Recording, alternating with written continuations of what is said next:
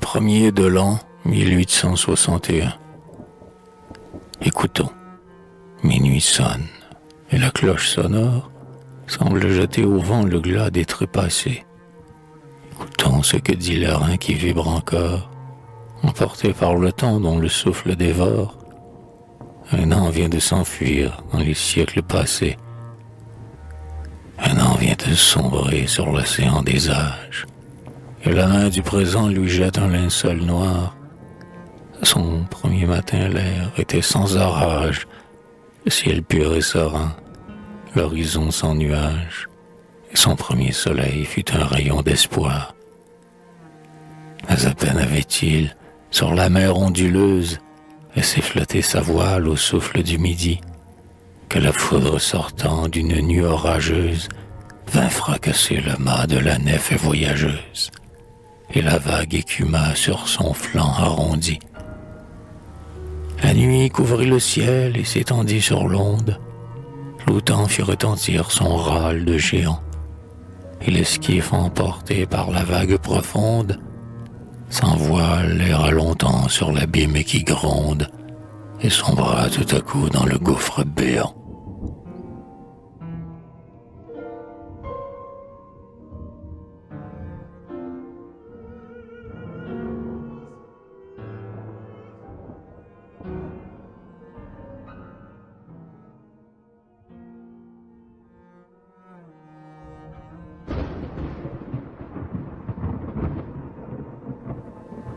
Le siècle où nous vivons est un siècle en délire, avait dit un poète à la puissante lyre.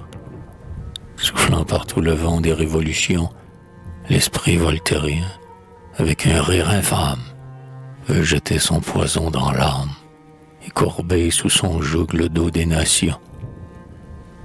Pauvre siècle qu'on nomme un siècle de lumière, où l'on voit, au palais comme sous la chaumière, fermenter le désordre et le mépris des lois, où des bandits sortis des tripots et des bouges, hurlant sous leurs longs drapeaux rouges, jettent l'éclaboussure à la face des rois.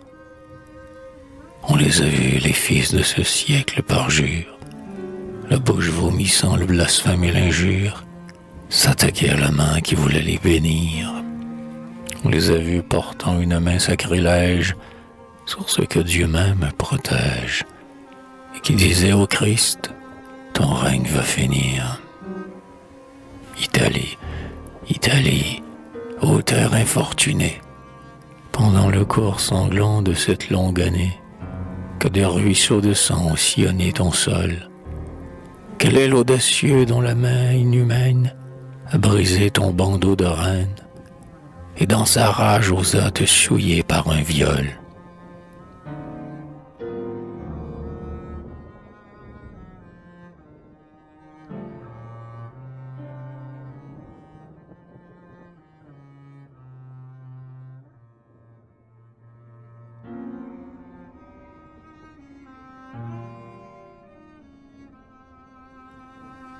Entendez-vous là-bas, par-delà l'Atlantique, comme le bruit pressé des chocs retentissants, la révolution, sanglante, satanique, dans ses ongles étreint les peuples frémissants.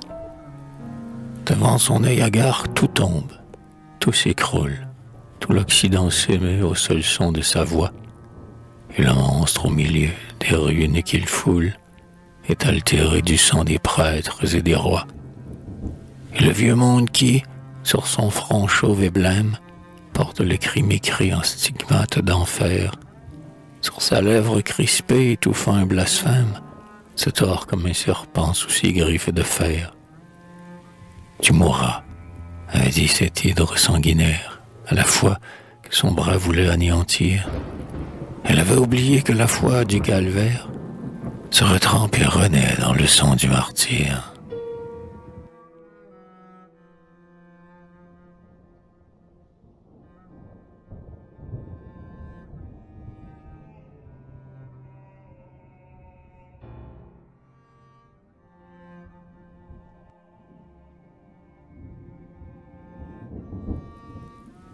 À son blasphème horrible, à sa clameur impie, vos cœurs se sont émus, ô fils du Saint-Laurent, et la foi qui dans vous n'est jamais assoupie, a su parler plus haut que les cris du tyran. Vous vous êtes levé comme un seul homme, et le monde a pu voir un peuple nouveau-né, jurant de protéger le pontife de Rome contre les attentats d'un traître couronné. Vous avez protesté contre la perfidie et le flagrant mépris du droit le plus sacré, contre la trahison si lâchement ourdie, pour briser le pouvoir d'un vieillard vénéré. Hier encore, ouvrant les vieilles basiliques que vos pères jadis élevèrent à Dieu, vous vous précipitiez sous leurs vastes portiques, et la foule encombrait les parvis du Saint-Lieu. Et là, le front penché dans l'ombre et la poussière, vous répandiez à flot l'encens de la prière autour d'un glorieux tombeau. Vous adressiez des vœux au Dieu de la victoire pour l'âme des héros tombés couverts de gloire au champ de Castelfidardo.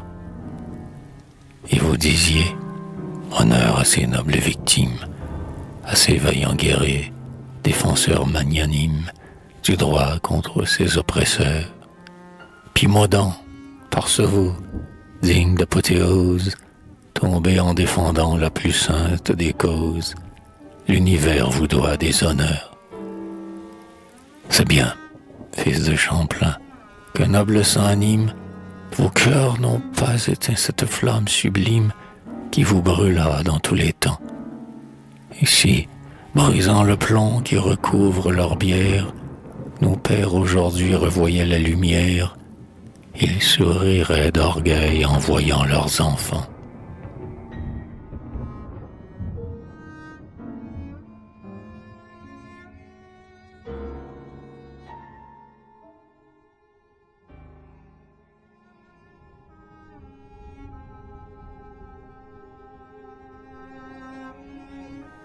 Et maintenant pour nous une autre ère commence. Sur les ailes du temps une nouvelle an s'avance, apportant nos destins dans l'ombre ensevelie. Vient-il donner au monde un rayon d'espérance, ou, triste messager, porte-t-il la souffrance et les sombres malheurs enfermés dans ses plis?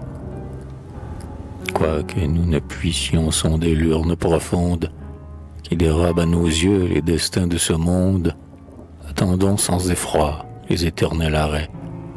La barque du pêcheur sait défier l'orage, la parole d'un Dieu la garde du naufrage. Le monde peut crouler, mais l'Église, jamais.